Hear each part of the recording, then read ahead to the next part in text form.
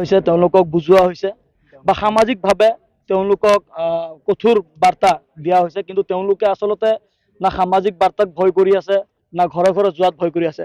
তেওঁলোকে কোনো এটা কাৰ্যসূচীকে ড্ৰাগছ নিৰ্মূল কৰাৰ ক্ষেত্ৰত দল সংগঠনে যিবোৰ কাৰ্যপন্থা লৈ আছে, কোনো এটা কাৰ্যপন্থাকে তেওঁলোকে ভয়েৰে লোৱা নাই বা তেওঁলোকে গ্ৰাহ্য কৰা নাই। যাৰ পৰিপ্ৰেক্ষিতত আজি আমি এটা পাব্লিক এৱাৰনেছৰ উদ্দেশ্যত আজি পূব মঙলদৈ ৰাজচক্ৰ কাৰ্যালয়ত আমি এই 2 ঘণ্টীয়া অৱস্থান ধৰ্মঘট আয়োজন কৰিছোঁ।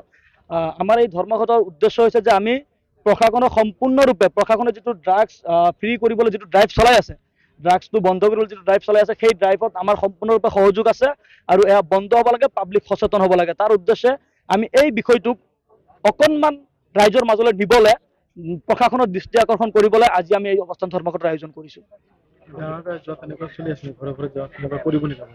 হয়, আমি পৰৱৰ্তী সময়ত আমি সম্পূৰ্ণভাৱে আৰক্ষী প্ৰশাসনক সহিতে তেওঁলোকৰ সহযোগ বা আমি তেওঁলোকক সহযোগ কৰি আমি যৌথভাৱে দল সংগঠনে আমাৰ সমাজৰ পৰা এইবোৰ নাইকিয়া কৰিব লাগিব। কাৰণ ভৱিষ্যত প্ৰজন্ম, যুৱ প্ৰজন্ম সম্পূৰ্ণৰূপে ধ্বংস হৈ গৈ আছে আৰু এই যিটো ড্ৰাগছৰ মাৰাত্মক, এয়াই একদম ভয়ংকৰ ৰূপত গজি উঠিছে।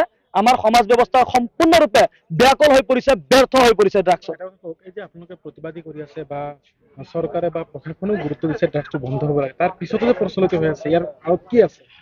নিশ্চিতভাৱে প্ৰতিটো অঞ্চলত যিকেইজন ব্যক্তিয়ে ড্ৰাগছ ব্যৱসায় কৰি আছে, ইয়াৰ তথ্য গাঁওবুঢ়া, লোকেল গাঁওবুঢ়া আপোনাৰ ভিডিবিত তাত আছে।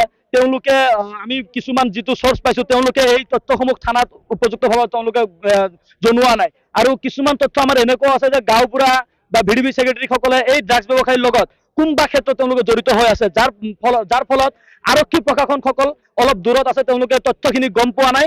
আৰু কোনোবা ক্ষেত্ৰত যদি ধৰিবলৈ যায়, তেতিয়াহ'লে আগতীয়াকৈ ক'ৰ পৰা খবৰবোৰ লিক হয় নাজানো, তেওঁলোকে আগতীয়াকৈ সেই ড্ৰাগছৰ যিবোৰ দ্ৰব্য, সেই দ্ৰব্যবোৰ তেওঁলোকে এক নিৰাপদ স্থানত তেওঁলোকে লৈ যায় আৰু মানুহখিনিও সম্পূৰ্ণৰূপে পলাই ফুৰে। আৰক্ষী প্ৰশাসনে কাকো নাপায়। গতিকে আৰক্ষী প্ৰশাসনে চেষ্টা চলাই আছে, কিন্তু খবৰবোৰ কেনেকৈ লিক হৈ আছে, কোনে তেওঁলোকক নিৰাপত্তা দি আছে, তাত আমাৰ কুৱেশ্যন আছে।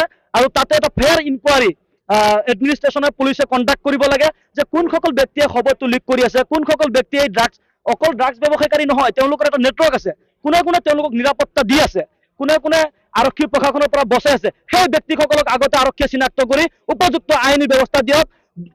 লগতে বিধানসভাত উত্থাপন হোৱাৰ দৰে লাগিলে এনকাউণ্টাৰ কৰি দিয়ক। আমাৰ সংখ্যালঘু দল সংগঠনৰ সম্পূৰ্ণ সহায় সহযোগ থাকিব।